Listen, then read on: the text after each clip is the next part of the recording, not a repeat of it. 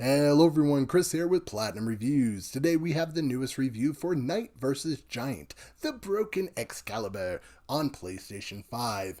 Before we do jump into that review though, don't forget to hit that like button and subscribe to the channel for more Platinum Review goodness. Alright, let's jump right into the review. Now if you like games like Hades, Binding of Isaac, and Cult of Lamb, then this game is right up your alleyway.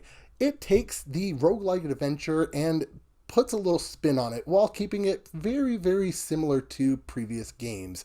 Now, the story, I will say, I really enjoyed the story. So, what is the story about? You play as King Arthur, who is going on these dungeon runs to destroy the giants that destroyed Camelot, all while Merlin stays back and helps you restore Camelot to its former glory. Now, these giants that destroyed Camelot was transported to another dimension, all due to Merlin. It is up to King Arthur to defeat the giants and restore Camelot to power. Now, without getting further into the story, I really enjoyed it. It was a nice spin on something that I actually really enjoy. I enjoy medieval times. I like the Knights of the Round Table, all that jazz. So a game like this was right up my alleyway with the story, and it was actually really nice to see a roguelike game that had a decent story because, I mean, I love Cult of Lamb, but the story was just like, meh. It wasn't really a great story. In Binding of Isaac, I didn't really play too much of, but I couldn't tell you what the story was about. So it was nice to see a roguelike game that had a well thought out story. And I want to say Hades does, but I haven't really played too much of Hades, so there's that. Now, as far as gameplay is concerned, like I said, you are playing as King Arthur. As you play these dungeon runs and die, Merlin revives you because he's not done with you yet. No, you have to rescue Camelot. What are you doing dying?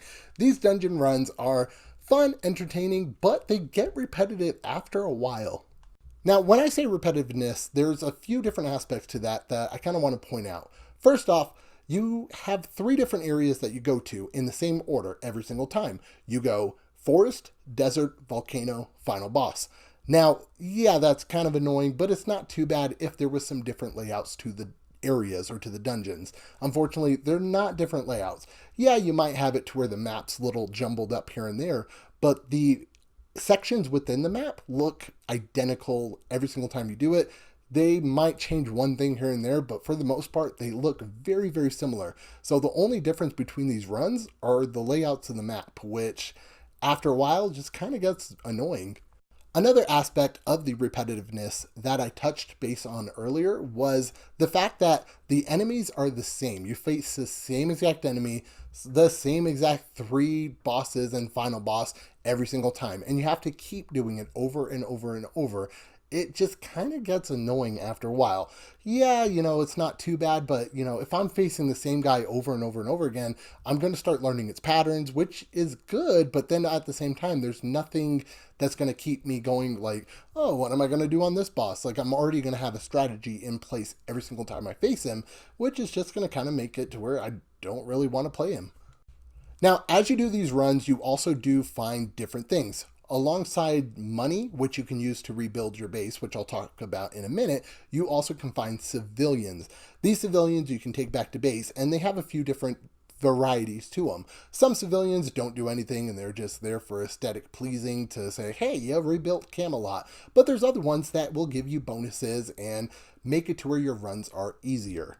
Now, my issue with this is it doesn't feel really randomized like I would like as far as when you collect the people. It's almost guaranteed that you're going to collect one every single time when you go out into these areas if you have one that you could possibly recruit.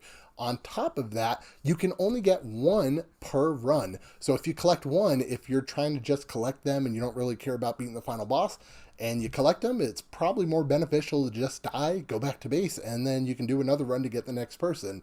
It would be nice to have them more randomized and a potential to get more than 1 person per run. Now, a nice thing that I do like about the game is you can change out your abilities, your skills, depending on which Knight of the Round Table you want to equip their powers for.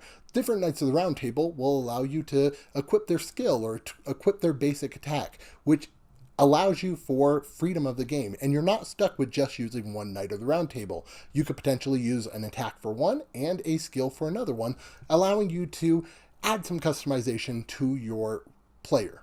I will say one thing I like too is the music. The music was aesthetically pleasing while playing the game. I didn't have any time where I was like, oh, this song's kind of getting annoying by now. Like, it was enjoyable every single run. I really had no gripes with the music whatsoever. I actually got a review code for this game from the publisher, and whenever I saw the review code come in, I hadn't heard of this game at all. And I saw the graphics for this game and some of the gameplay, but mainly the graphics are what kind of drove me to it. I really like the graphics for this game, and I think it looks fantastic for a roguelike game.